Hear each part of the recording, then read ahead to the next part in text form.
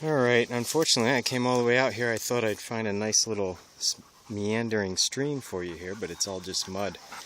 It's been pretty dry, I guess.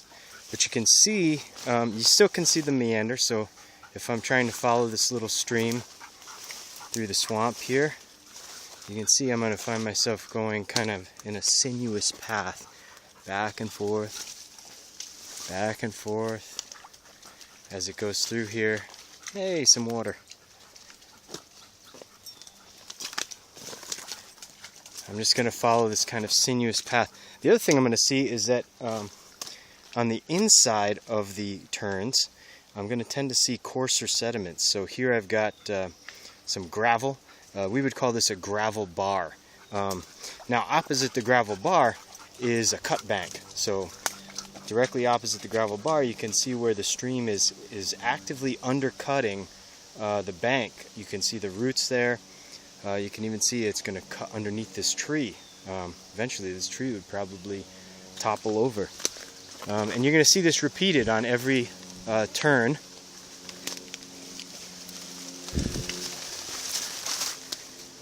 Here we're getting a little bit more gravel just in general.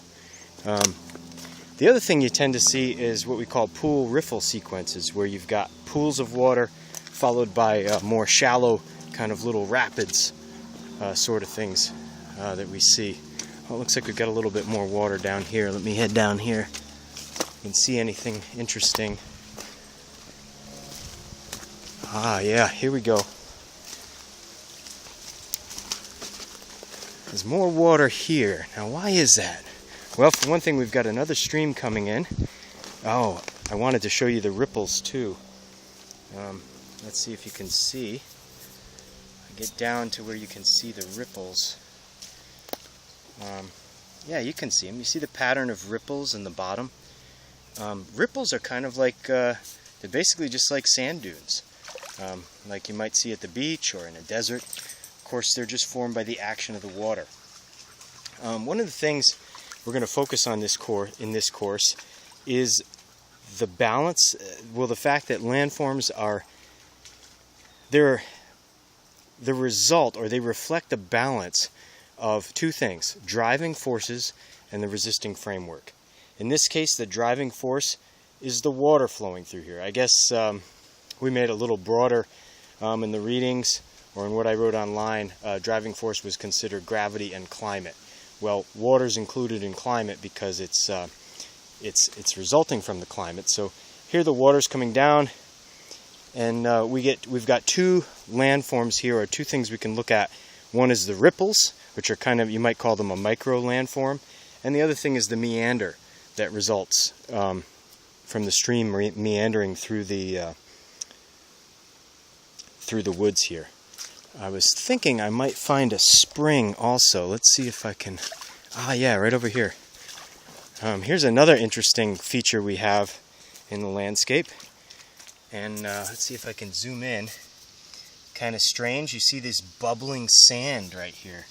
This is actually sand bubbling up from the ground. Actually, it's water bubbling up from the ground. You can see I can put my hand right in there. This is a what you might call an artesian spring, or that's what they call it around here. There's actually some hydrostatic pressure to the groundwater, and it's forcing the groundwater up in these springs, which is actually the main reason why we got an increase in water flow over here. I want to go back up the stream to do a little demonstration of our this driving force resisting framework sort of concept.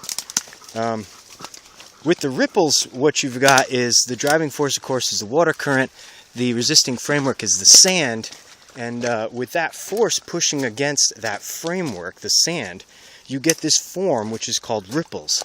And now the ripples are interesting because they're not exactly constant, are they? But they are, they're not exactly constant in the sense that the ripples don't stay in the same place all the time. However, they are, the ripples are not constant, but the general form of them is constant.